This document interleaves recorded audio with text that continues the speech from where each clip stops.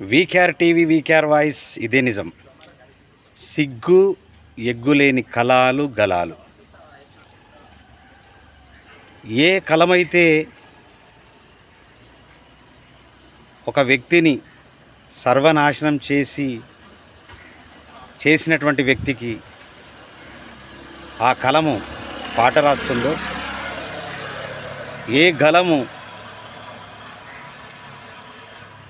ఉద్యమకారులను సర్వనాశనం చేసినటువంటి వ్యక్తులకు గొంతు విప్పుతుందో, అదే కలము, అదే గలము